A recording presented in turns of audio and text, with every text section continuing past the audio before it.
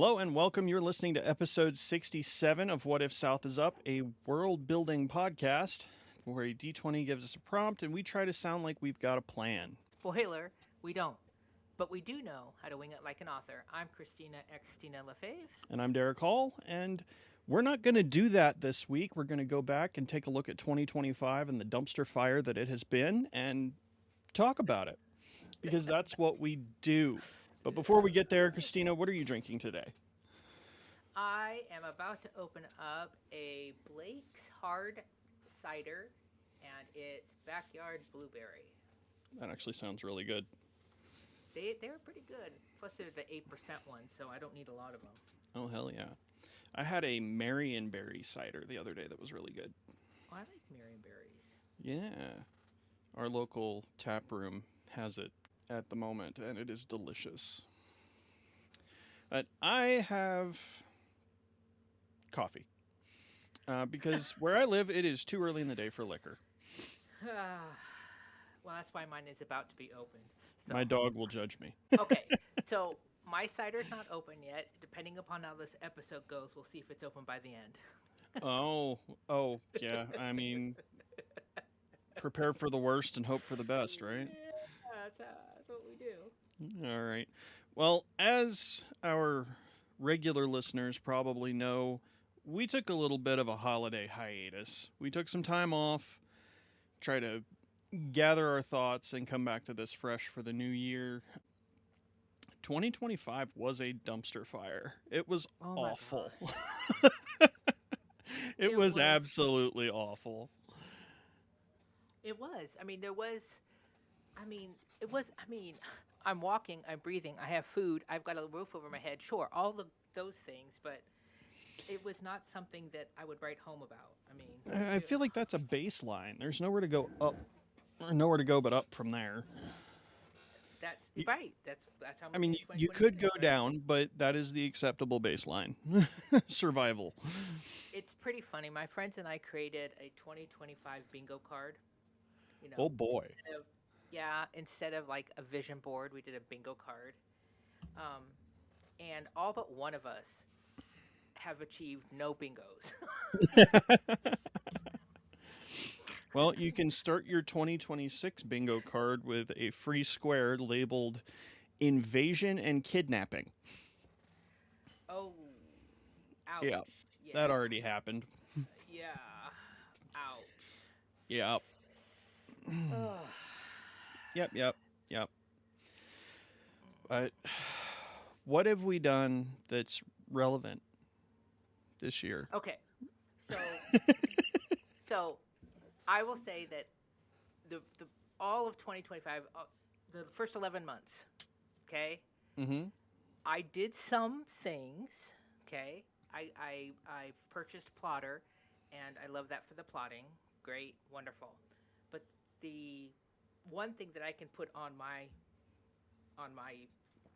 good girl list, on my bingo, things I've achieved, is I actually finished up a scholarship submission that I'm pretty proud of for a writer's retreat. So nice. It was 5,000 words that I had to write a writing sample, and then the 700 word essay, which is harder than you think. But I was like, 700 words essay, no problem. Oh yeah, it was. Take you back to the old college days. It was a challenge. Yep. And here's the thing, though. I never went to college, so. Yeah. In any case, I'm very proud that I completed it. I mean, I wanted to do it. I did it. I completed it on time. I'm just so proud of myself. I can't even tell you. And it's really motivated me to keep writing. Don't lose the momentum. So I am proud of you, too, for what it's worth. Thank you. I know you were really fighting with that for a hot minute there. I was scared. But as far as, writing goes for 2025, it was a non-starter. There was nothing. I have nothing except for that 500, 5,000 words. I've got nothing. Yeah. You've achieved a lot, though. People keep telling me that. I'm not so sure. I did a lot of things. I don't know if any of it was an achievement. Well, let's look back on 2025. Anything we completed was an achievement. Okay, fine. I've been really busy, supposedly achieving things, and published 5 books this year, finished 2 more, including the final chapter of Crimson Prophecy. And, well, almost finished. I have to rewrite a chapter of that. But other than that, it's done. And That's just amazing. I think there were a couple of short stories in there, too, that got written and finished. That's amazing. Yeah, I've been busy. And I'm about halfway through 2 more projects and about 80% through a third one. I have way too many things on my plate. But I've also taken the last 2 weeks off because the kid's been out of school and I've been trying to hang out with him. So, yeah, well, good for you, Papa. Good for you. It feels like a lot, but at the same time it doesn't. Like, it feels like I've done nothing this year. It's very strange. It is strange. I mean, you are not giving yourself enough credit. That's for sure. No, well, the imposter syndrome is real. Well, yeah, I understand that. Mm-hmm. You should probably sit down and write out a list of all the things you accomplished this year and send it to me so that you can see it in writing. Maybe not. But yeah, so what are your goals for the new year? I am going to finish my book. Done. I'm finishing it. That's just my goal. So, like I said, the writing sample gave me some momentum, but yeah, for sure. I'm kind of on the spectrum of witchy, if in case anybody didn't know it. And this will be the Chinese New Year for the fire horse. Mm-hmm. It's the year of the horse, and it's the year of the fire horse. And something interesting about the fire horse is that they used to say in ancient times that any girl born under the fire horse would be considered non-marriable because of her stubbornness and erraticness and stuff like that. Well, I'm a fire horse. So the fact that it's come back is pretty interesting to me. It's given me it's given me some energy. I don't know. Mm-hmm.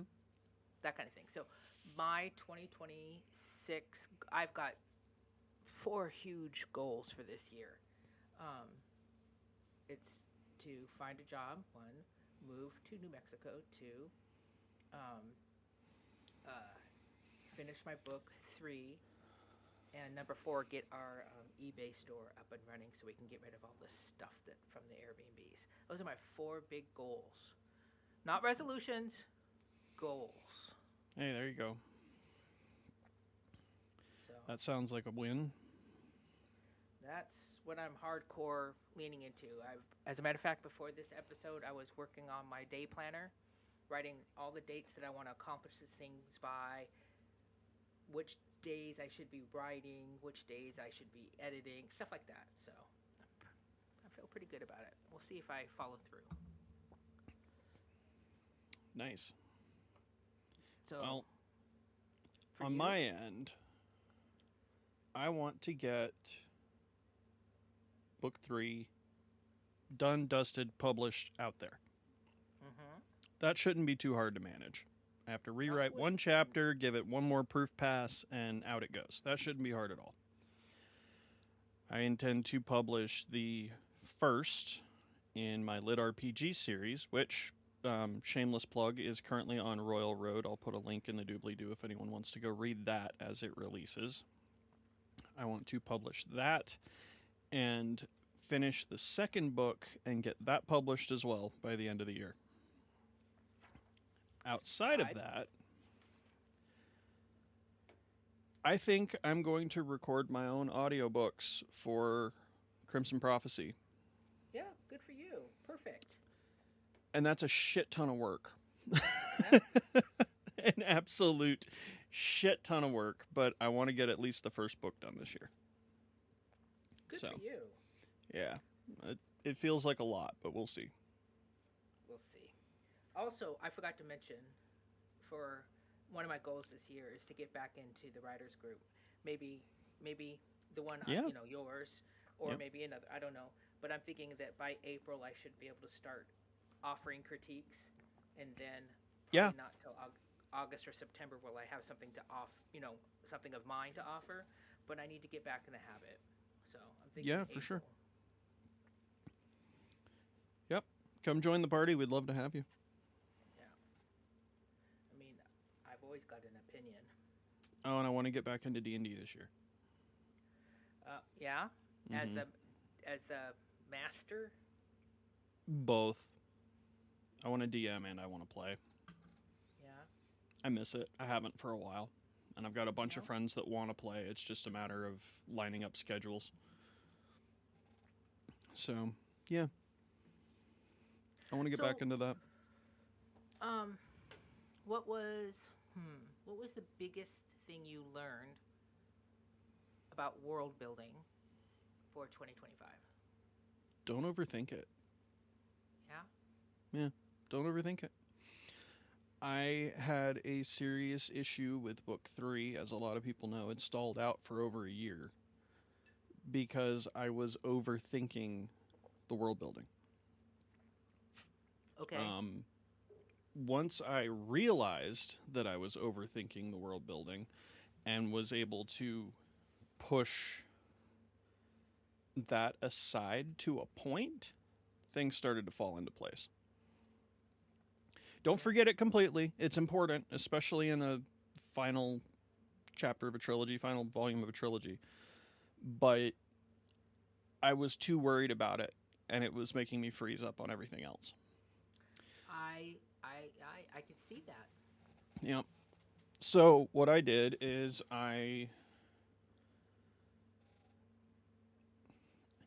this is going to sound really weird. I found a piece of paper and a pen, and I drew a tree with the main trunk being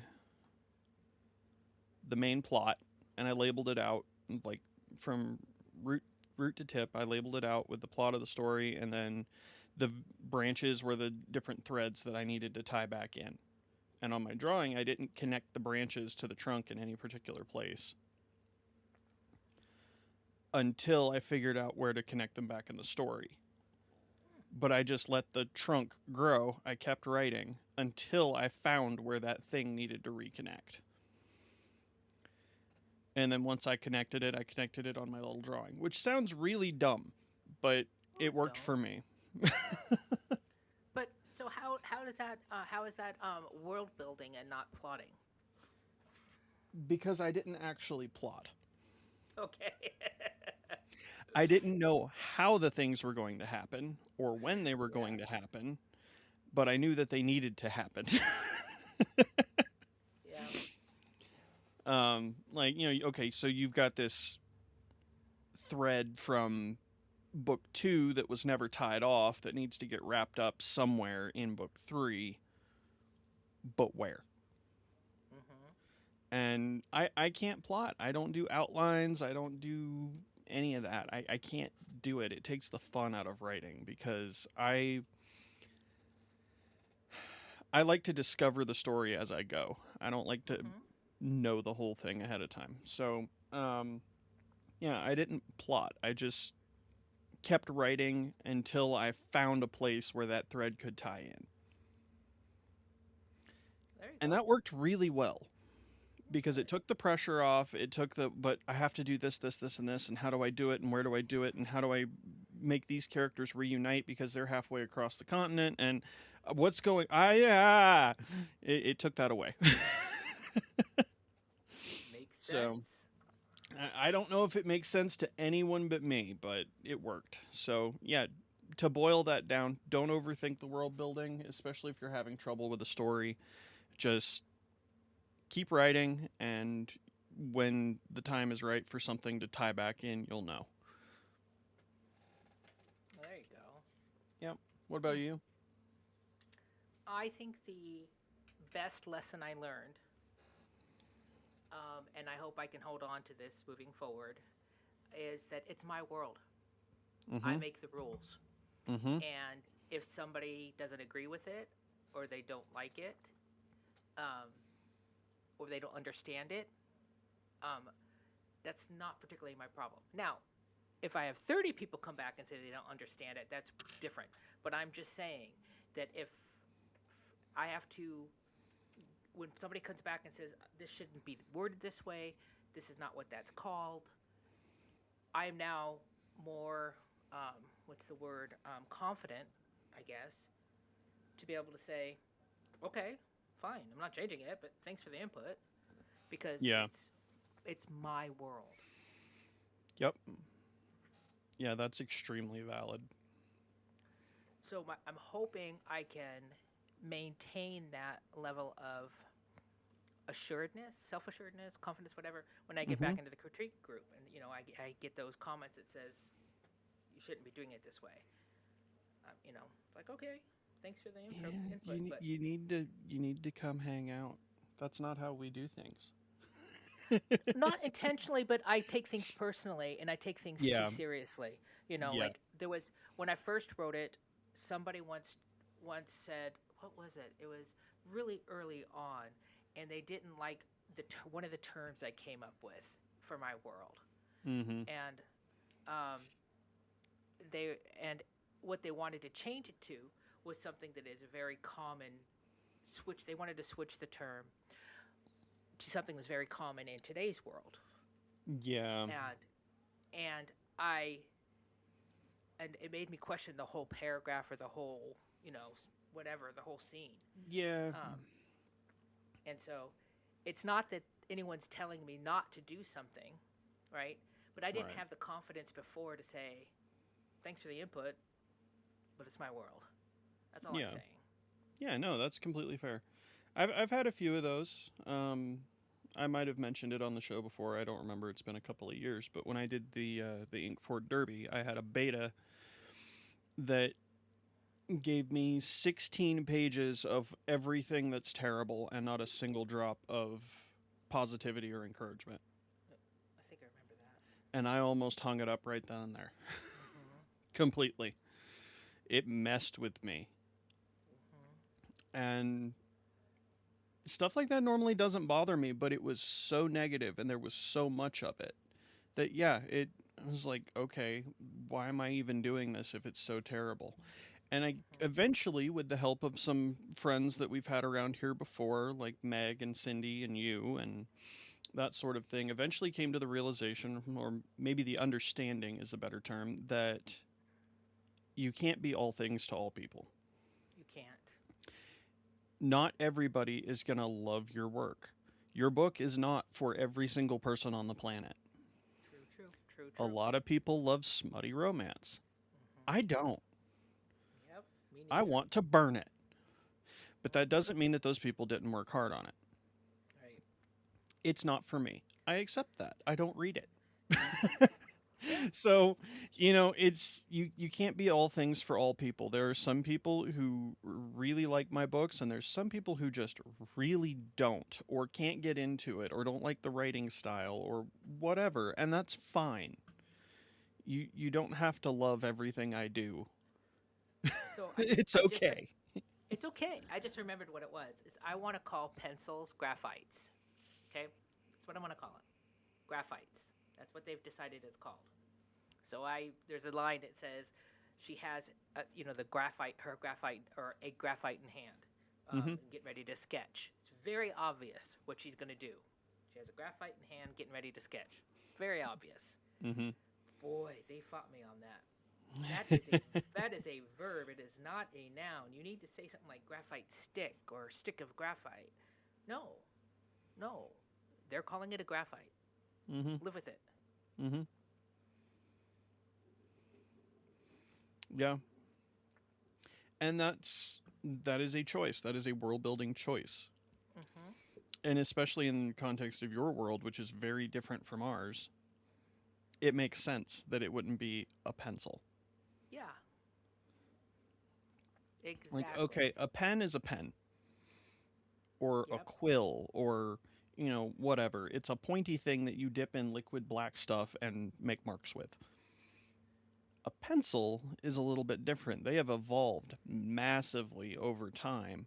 And if you take the current world and that evolution out of it, it makes sense that they would have a different name.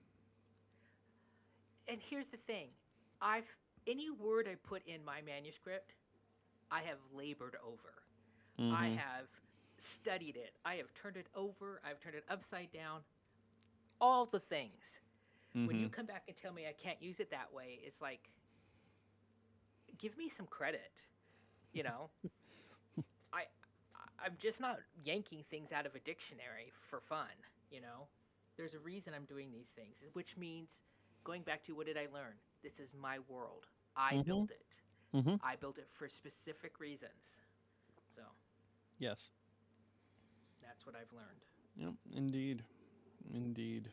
And if it fails, I'd rather it fail on the things that I've chosen than on the things I allowed others to influence me on. Yeah. Yeah, there comes a point where you either...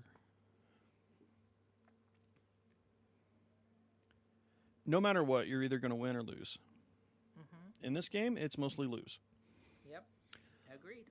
But, like you, I want to win or lose on my own merit. Yes. And regardless, I can look at a project, whether everybody hates it or everybody loves it, I can look at it and say, I did that. Mm-hmm. And that's why I started doing this in the first place. I wanted to prove that I could. Yeah, yep. I wanted to write a thing, have one printed copy to put on my shelf, and that was going to be that. And, well, we all know how well that plan went. But that was the goal. It was to prove that I could, to say that I did that. You can't stop me. I'm a stubborn mofo, and I'm going to get it done. Because I have ADHD and probably a touch of the autism, and I definitely struggle to finish big projects. So that's where it started. But at this point, I'm doing it because I enjoy it. And because I want to keep being able to say, I did that. And I don't really care if it goes, viral or bestseller or, the best thing ever. That'd be great. I'd love to be one of those, 7-figure authors out there. But it's extremely unlikely. And I know that, and I accept that, and it's fine. So, if we were to talk about the things that motivate you and inspire you, it's what the inspiration that keeps you writing is the fact that you're doing it. Is that what motivates you? Is just completing?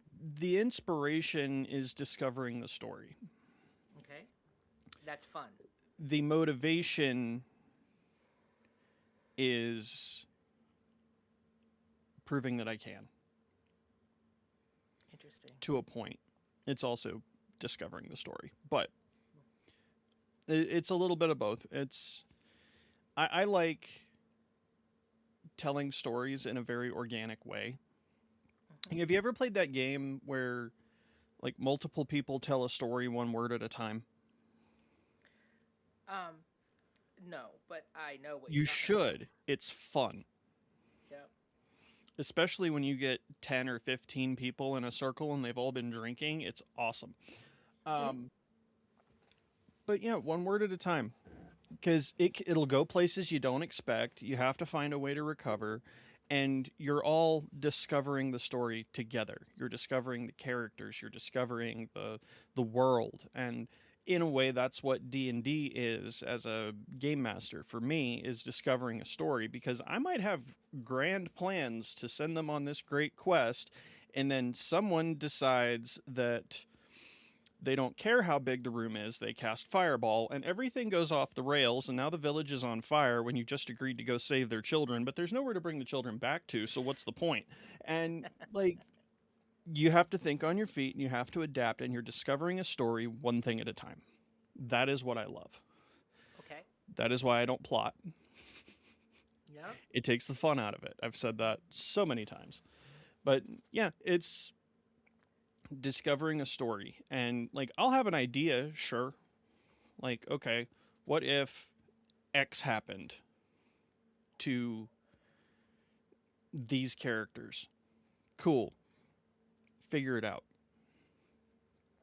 So this reminds me of a story of when I was younger, not writing. When I was younger, I one of the fellows I worked with, I liked country line dancing. I still like it, but I haven't done it in years. But I like it. I like how fun it is. And he was one of the I don't want to say punk rock, but whatever genre that was, where you just go out on the floor by yourself and you do whatever you want to do, right? There's no script, you just do it because it feels good. You're listening to the music. Yeah. And this analogy is great for plotters versus pantsers because he was like, there's so much freedom in getting out there and just doing what you want to do. And I said, for me, it was so interesting to have these strict moves that you need to do, the line dancing, but making it unique anyways. So how can I be, unique? How can I figure things out? How can I add dimension to my dancing, to my stories, while following this line dancing steps? So I think that's a really good metaphor for plotters versus pantsers. And to strengthen that metaphor, I hate line dancing. Yep, there you go. Yep. I think it's stupid. Yep. And nothing against anyone who likes it. My sister freaking loves it, and that's fine. I don't have a problem with that, but I don't get it. I just don't get it. It's finding a way to be different with the constraints. That to me is interesting. Yeah, I'm more of a mosh pit kind of guy. Right. So how can I break the rules without breaking the rules, right? How can I walk that fine line, So, yeah, very interesting metaphor.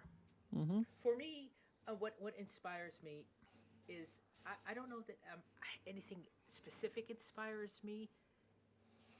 Although when I finish a scene or a chapter and I read back it through, that makes me feel good, and that I would like more of that feeling, more of that dopamine hit. Taste the dopamine. But I just have this story in my head that just has to get out. I don't know if that's inspiration or provocation. I don't know what it is. But what motivates me to finish it now is, honest to goodness, I just don't want to work for the rest of my life. I need to finish this book plus 20 more so that I can stop working. That's fair.